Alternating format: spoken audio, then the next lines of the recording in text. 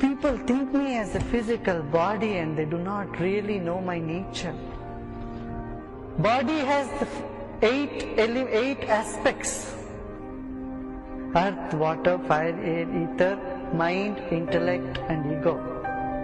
Body is made up of these 8 aspects. But I am the 9th. I am beyond this. And I am all pervading. And foolish people do not know this. They think me I am a human being. Though I am in the body, I am not this body. Though I am working through the mind, I am not the mind.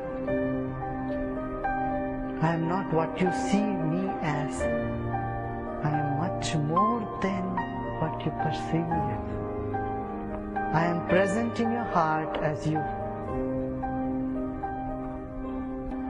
And anytime you need me, you call me. I am the SOS service. I'll be right there with you. Take you out of your troubles and difficulties. You can always count on me. That wisdom,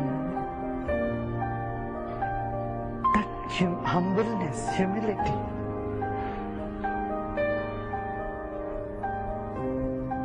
is unparalleled.